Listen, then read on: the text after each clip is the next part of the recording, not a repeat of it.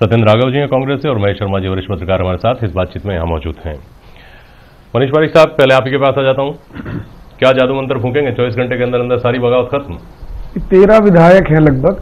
ये सही बात है कि उनको लगता है मैं ही जीतूंगा, और जो भी कोई चुनाव लड़ता है वो कभी नहीं कहता कि मैं तो हार सकता हूँ। अदरवाइज अब ये जो रायशुमारी हुई या सर्वे हुए, इसमें कहीं पे कोई प्रतिकूलता आई थी तो उसके बाद उनको बताया जाएगा। मुझे लगता है कि अगर आप चुनाव हारते हैं तो बीजेपी को दिक्कत है, ऐसा नहीं, आपको भी दिक्कत है। तो एक तरह से बीजेपी आपके लिए भी अच्छा काम कर रही है कि आपको और कहीं अवसर मिलेगा ही, क्योंकि आप नेता तो हैं। और बड़ी बात यह भी कि जो संगठन का काम है, प्रवास है, अपने वहां पर और जगह पर काम करने की बात है, वो सब जगह मौजूद रहेगा। मुझे लगता है वही बात मूलतः होती है जब उनको लगता है कि मेरे को विधायक के तौर पर मैंने कोई कमी छोड़ी तो वो क्या है, पहली बात। और दूसरी बात यह है कि मैं क्यों नहीं जीत रहा हूं तो दोनों बातें जब बताई जाती है तो मुझे लगता है things will be settled down.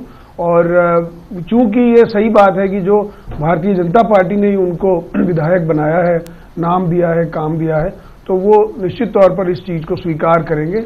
और चूंकि एक संसार की सबसे बड़ी पार्टी है तो ये बात तो रहती है कि कैडर बेस्ड ऑर्गेनाइजेशन में अगर कैडर कह रहा है तो उसकी महत्वता मानी जाए, और जो भी इक्वेशन पार्टी नेतृत्व को लगती है उसको ही फुलफिल करने के लिए कोशिश की जाती है। तो मनीष जी, पहली बात तो यह है कि आप सिर्फ बागी उनको मान रहे हैं जो विधायक या मंत्री रहे हैं। आपने एक दर्जन को माना, उसके अलावा फिर सुखराम कोहली, जीवाराम चौधरी, जीतराम चौधरी से लेकर के और अभी जो स्क्रीन पे नाम चल रहे थे आपने देखे होंगे, देख लेंगे आगे, करीब करीब इसके अलावा 2 दर्जन नाम और हैं। उनको तो आप बागी मानते ही नहीं है। वो तो पदाधिकारी रहे होंगे या कांग्रेस एस्पिरेंट रहेंगे। पहले जब वो विधायक, बहुत सारे लोग विधायक नहीं रहे, टिकट मांग रहे थे, और जो कई लोग ऐसे भी हैं जिनको लगता है तो वो अगर उनको पता ही नहीं है, क्योंकि सही बात यह है कि सर्वे की रिपोर्ट हर व्यक्ति को मालूम नहीं है कि उसके खिलाफ जा रही है या उस जो सिटिंग एमएलए को टिकट दिया है उसका रीजन कारण क्या है। कहीं पर बहुत माइनर डिफरेंसेस हैं, और अगर माइनर डिफरेंस को अगर इस तरह से बैट आउट किया जाता है तो वो भी तकनीकी तौर पर गलत होता है कि रिस्क होती है नए आदमी में, ये बात भी होती है। इसलिए मुझे ऐसा लग रहा है कि जो 15 लोगों की टीम भारतीय जनता पार्टी के पास कोर कमेटी है, वो, और ऐसे ही जो 4 नेता राष्ट्रीय स्तर के जो यहाँ प्रभारी बनकर हैं, ये 19 लोग, मुझे लगता है एक विशाल का टीम है, और ये सब लोग मिलकर जब बात करेंगे तो नहीं। आपको लगता है कि आपको तो पता होगा ना सर, आप तो अपनी पार्टी की रणनीति के बारे में थोड़ा बहुत तो जानते ही हैं। वही मतलब मैंने कहा कि जब उनसे बात की जाएगी तो उनकी अपनी जो ग्रीवेंसेज है वो यही है कि मुझे टिकट नहीं दिया। अब वो उनको जब ये बताया जाता है कि सर्वे की रिपोर्ट ये थी और यहाँ पर ये था, जो रायशुमारी आई थी उसमें कार्यकर्ताओं ने ये कहा था, तो ये आंख खोलने वाली बात भी होती है। आधे से ज्यादा तो इसमें ही सेट हो जाते हैं कि उनको लगता है कि इसकी प्रतिकूलता है। बहुत बढ़िया, बहुत बढ़िया। आधे से ज्यादा तो इसी में सेट हो जाते हैं और बाकी खिलौना देकर सेट कर लेंगे।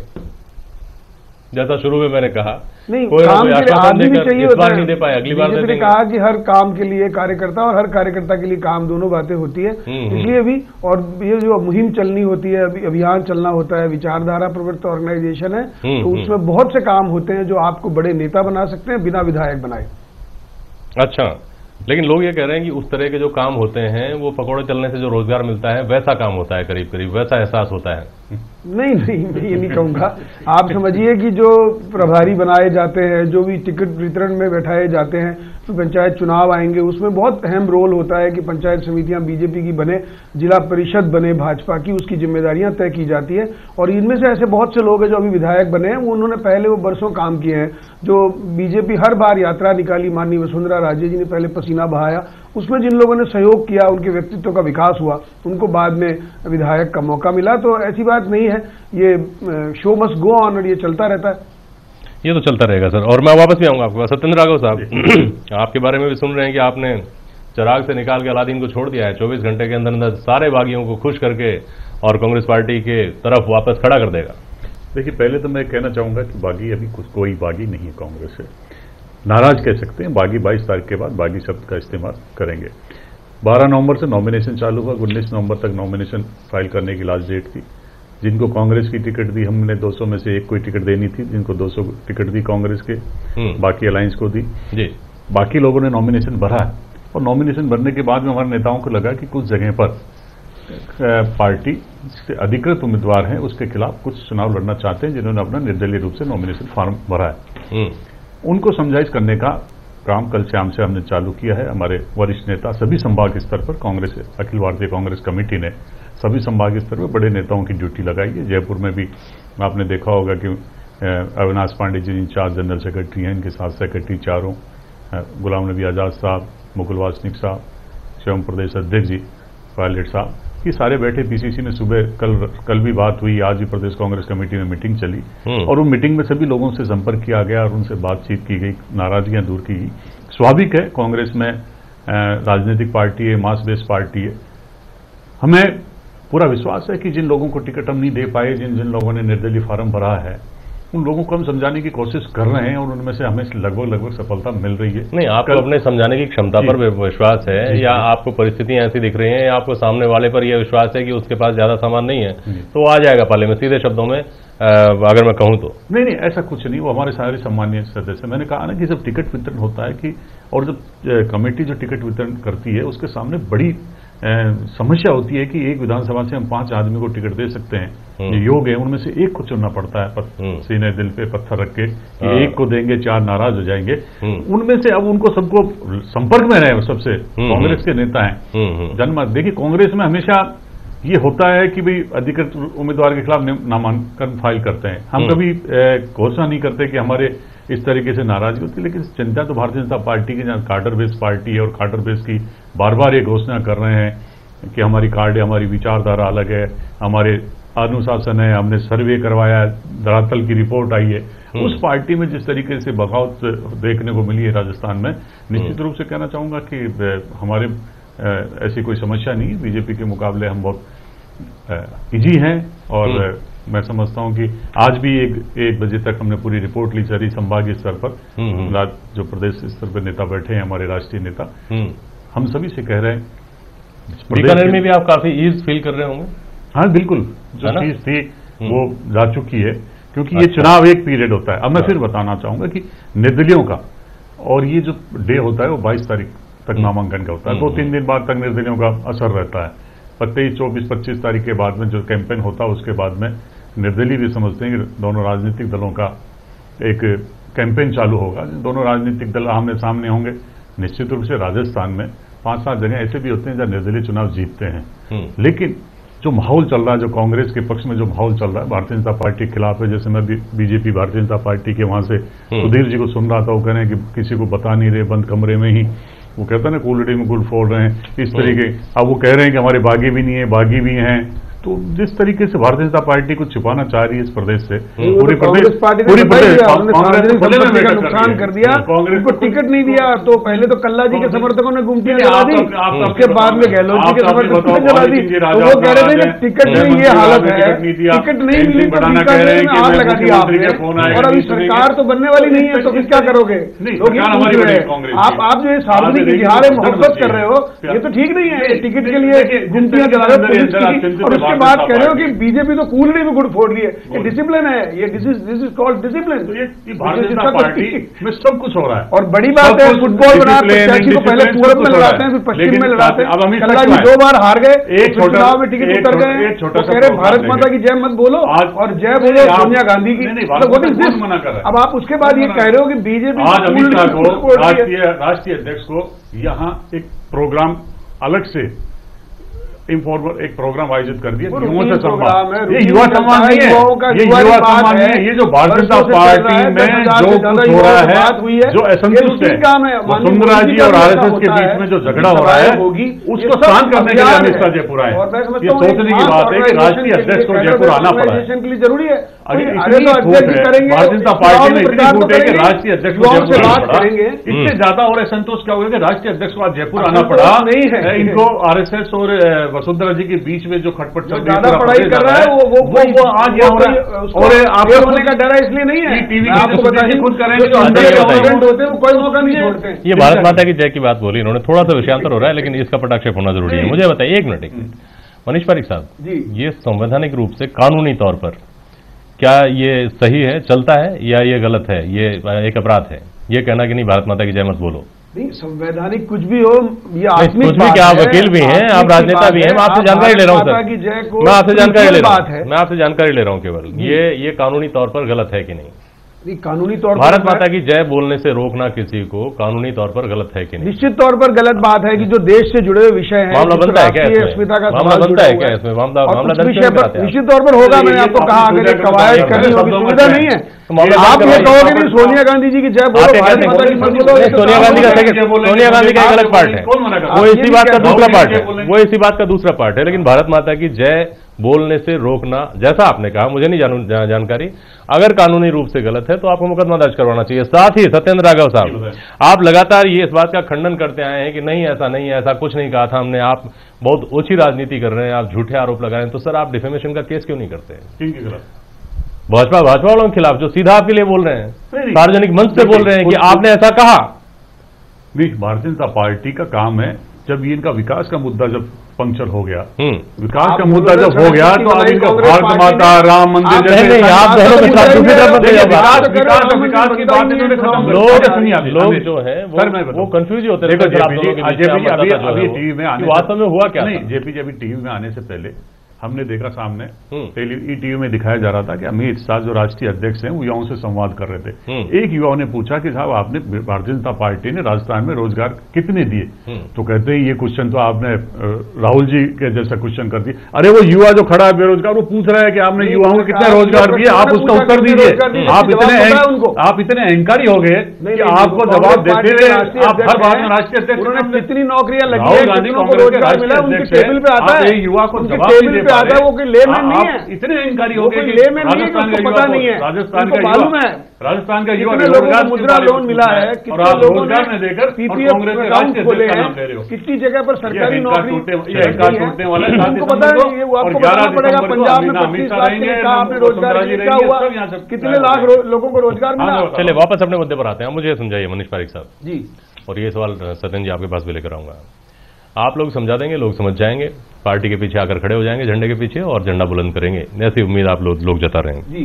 ऐसा कैसे हो जाएगा ये मेरे लिए समझना इसलिए मुश्किल है कि जो आदमी 5 साल से लगातार मेहनत कर रहा था बांदीकुई में, पिपलदा में, मैंने कल भी ये सवाल किया था, वो आदमी तो मायूस हुआ होगा ना सर। और केवल उनकी मायूसी की बात नहीं है, रतनगढ़ वाले की, ये मायूसी बाकी जो सीटें हैं जहां पे आपने अपनी पार्टी के अधिकृत सर्व स्वीकार्य उम्मीदवार उतारे हैं वहां के लिए भी हो सकती है। वहां के कार्यकर्ता की भी मायूसी हो सकती है कि अभी तो ठीक है, चलो अगली बार मैं तैयारी करूंगा, मैदान में उतरूंगा तो हो सकता है मेरे से ज्यादा मजबूत कोई आदमी और आ जाएगा या दूसरी पार्टी से आ जाएगा, उसमें ज्यादा संभावनाएं देखी कि पार्टी तो मेरी तो मेहनत बेकार गई। तो आपके कार्यकर्ताओं में क्या इससे अच्छा संदेश गया होगा? आपके कार्यकर्ताओं के अंदर जो मायूसी गई होगी उसका इलाज कैसे करेंगे? बगावत का तो कर लेंगे। जयप्रकाश जी, यही तो है कि टिकट की जो पॉलिटिक्स है, मैंने आपको कहा ये जो अंक गणित है राजनीति की, वो बड़ी निर्दयी होती है। सब कार्यकर्ता इमोशनल है, कम से कम विचारधारा प्रवृत्त संगठन में तो है ही है, और सारे इमोशन के साथ में राजनीति में रहते हैं, संगठन का काम करते हैं। लेकिन जो गिनती होती है, जब वो गिनती की जाती है तो वो निर्दयी होती है, और ये राजनीति का ऐसा पक्ष है जिसको स्वीकार करना ही पड़ता है। उन लोगों को मानना ही पड़ेगा कि जब चुनाव हार जाएंगे तो क्या फायदा होगा। इसलिए जो जीतने में बेनिफिट है वो हारने में नहीं हो सकता। और सही बात ये भी है कि ये एक कोई मोहल्ले गली की बात नहीं है कि जब आपकी पूरे देश पर प्रश्न खड़ा किया जाएगा, क्या राजस्थान सरकार ने इतना विकास किया, आपने इतनी सेवा करी, उस पर प्रश्न चिन्ह लगेंगे, तो क्या आपकी आत्मा तब भी दुखी होगी? अल्टीमेटली जीत के साथ जो नथिंग सक्सीड लाइक सक्सेस है, इसका मतलब ये कॉम्प्रोमाइजेस की बात नहीं है। हाँ। बात यह है कि राजनीति का कड़वा पक्ष है कि टिकट जो गणित है वो निर्दयी होती है, और जो साहित्य है वो आप रंजन कर सकता है, अनुरंजन कर सकता है, मनोरंजन कर सकता है। तो कार्यकर्ता को लगता है आत्मा की आवाज आती है, वो सही बात है। आपने ईमानदारी से स्वीकार तो कर रहे हैं आप कम से कम। महेश शर्मा जी, हाँ जी, जो आश्वासन ये मिलता है, भाजपा में बता रहे हैं कि बंद कमरे में मिल रहा है, कांग्रेस में अशोक गहलोत ने काफी पहले कह दिया था, और अभी गोवर्धन बता रहे हैं कि फिर से कहा जा रहा है, जो सशक्त बागी हैं या जो नुकसान पहुंचा सकते हैं पार्टी को अगर मुकाबले में टिके रहते हैं तो उनको आश्वासन दिया जा रहा है कि आपको कहीं और एडजस्ट करेंगे। आप याद करिए 2008 से 18 की बात कर लें, पिछले 10 साल की सरकार चलेगी, लेकिन कई पद ऐसे हैं जो नहीं भरे गए तो तीसरे साल के आखिर में, चौथे साल के आखिर में, या नहीं ही भरे गए। कार्यकर्ता क्या उम्मीद कर सकते हैं सर? देखिए, कार्यकर्ता को जिस तरह से मनाया जाता है बागी उत्पन्न पे, तो इन सारी चीजें हैं, तो सारी पहल जो बताए हैं आपने, सारी संभावना लगभग वैसी ही होती है। कुछ बागी ऐसे हैं जिनको अभी तत्काल राजी हो जाएंगे आश्वासनों के बाद। आश्वासन और साथ साथ ही उन्हें एक ये भी कहा जाता है कि भाई आपको एमपी के चुनाव में आपको मौका मिल सकता है, आप ये नहीं करें। लेकिन जो पार्टी से जो मतलब जिन्होंने रिजाइन दे दिया, हाँ, वो तो उन्होंने अपने आप अपना पूरा मंतव्य स्पष्ट कर दिया कि हम तो लड़ेंगे चुनाव। हाँ, अब आता है कि जिनको जो मनाने की बात है, जैसे कि कल मतलब सीएमआर में मतलब भवानी सिंह जी को बुलाया और उनसे बातचीत, तो मुझे 100% ये लगता है कि शायद वो विड्रॉ की आप तक कल सूचना आ जाएगी या घोषणा कर दे। हाँ। कुछ बागी इस रूप में हो जाता है कि संतुष्ट होने के बाद में वो समर्थन में अपने भाजपा के या कांग्रेस के समर्थन में अपना नाम वापस लेता हूं। हाँ। तो एक माहौल भी बनाने के लिए इन बागी अपना भूमिका निभाते हैं। लेकिन बगावत से आगे की जो चीज है महेश जी, आगे जो है उनको आश्वासन ये दिया जाए कि जब सत्ता आएगी हमारे पास, हाँ, तो हम आपको या तो संगठन में महत्वपूर्ण पद देंगे, हाँ, और या फिर किसी बोर्ड निगम वगैरह के इनके अध्यक्ष मिलते हैं। फिर उसके बाद में जब सत्ता आती है तो जो भी सत्ता में आसीन होता है या मुखिया होता है, वो ये देखता है कि कितना मेरे गुट को कितना लाभ हुआ, कितना हानि हुई, किसका है। तो फिर वो अंदर आंतरिक रूप से फिर जज करता है। तो उसको जैसे जैसे लगता है कि यह है हमारे गुट का आदमी है, तो उसको पहले प्राथमिकता मतलब कहते हैं बोर्ड निगम वगैरह में इसमें प्राथमिकता दे दी जाती है। दूसरा ये है कि फिर बाद में ये देखा जाता है कि इसको दे दिया जाए या संतोष ज्यादा बढ़ रहा है, तो स्थिति और समय की मांग और समय के हिसाब से उनको जैसे 2 साल में दे दिया, 3 साल में दे दिया। बहुत से तो 6 महीने पहले भी उम्मीद बनाए हुए होते हैं कि मंत्रिमंडल में हमारे को कोई पद मिल जाए। लेकिन अब ये है कि उस मंत्रिमंडल के जो 6 महीने के जो पीरियड होता है, तो इन पुराने अनुभवों को ध्यान में रखते हुए कि जिनको भी लिया गया था 6 महीने में, वो चुनाव भी हार गए थे, तो अपेक्षाएं ज्यादा बढ़ जाती है। तो ये है कि कार्यकर्ता जिस तरह मतलब जो अपेक्षा करता है, वैसे ही जो मुखिया होता है वो भी बहुत कुछ अपेक्षा करता है कि वो समय पर जब टिकटों का बंटवारा होता है या अपनी, तो वो पूरा माहौल बनाने के लिए ये चाहेगा कि हमारे समर्थन में कुछ ऐसे बातें की जाए, और जो विपरीत दूसरे प्रतिद्वंदी गुट का जो होता है वो उसको मतलब क्या कहता है शमन करने के लिए या उसके मतलब कूटनीति को तोड़ने के लिए भी इनका इस्तेमाल किया जाता है। ठीक बात तो है। कुल मिलाकर के जो बागी अपने फायदे का भी देखता है, जो बागी हुआ है वो मुझे क्या लाभ मिलेगा, तभी तो मैं वापस लूंगा। आज ही इस समय की मांग है कि मेरी आज महत्ता है। तो ये वाली ये 24 घंटे के अलावा उसके बाद में भी जो एक माहौल बनाने के लिए भी इस्तेमाल किया जाता है। ठीक बात है। अच्छा महेश जी, इससे आगे की जो बात करते हैं हम समय कम बचा है, इससे आगे की जो बात होती है, जो खुलकर सामने आ गया उसका तो आपको पता चल गया कि इसको मनाना है, वो कह भी दे कि मैं मान गया, मैं आपके साथ ही हूं, उसके बाद वो क्या करेगा कोई नहीं जानता। और जो ये कह नहीं रहा कि मैं आपके खिलाफ हूं, लेकिन वो करेगा आपकी खिलाफत, जिसको भीतरघात कहा जाता है। असली खतरा तो वो है, और वो हमको नहीं पता कि वो 100 सीटों पर है, 150 पर है, पूरी 200 पर है या 10 पर है। वो इसके अलावा वो स्थानीय मतलब क्या कहते हैं राजनीति अपनी महत्वाकांक्षा को कुचलने का जो एक वो जो होता है प्रतिशोध निकालता है। तो ये वाली जो चीज भी है जिससे दूसरे जो विरोधी को फायदा मिल जाता है इसमें। तो आप ये देखोगे कई जगह ऐसी है जहां पे बागी खड़े होते हैं, वो कि हम तो मरेंगे लेकिन कि तुम्हारे को भी ले डूबेंगे। वो वाली जो चीज होती है, ये एक जो राजनीतिक किसी का कद बढ़ रहा होता है, तो कद को घटाने के लिए भी इन बागियों का इस्तेमाल किया जाता है। चाहे कोई भी आंतरिक गुट वाले ही उनको समर्थन दे देते हैं कि भाई तो बटा जमे रहना, देख लेंगे इनको। ठीक बात है। एक मिनट आप दोनों के पास है, सत्यन जी और मनीष जी अपनी बात बोलिए। सत्यन जी, देखिए मैं कहना चाहूंगा कि जो चुनाव कांग्रेस के लोग हैं जिन्होंने फार्म भरा है और जो कि टिकट जो 200 देनी थी वो दे चुके हैं, अब कोई इसमें बदलाव नहीं हो सकता। 19 तारीख के बाद में अंतिम सिंबल वहां 19 को सिंबल अंतिम जो डेट होती है वहां सिंबल जमा करना पड़ता है। हम सभी से आपके माध्यम से निवेदन करेंगे कि आप कांग्रेस के समर्थन में अपना नाम, कांग्रेस के जो अधिकृत उम्मीदवार के खिलाफ है अपना नाम लें।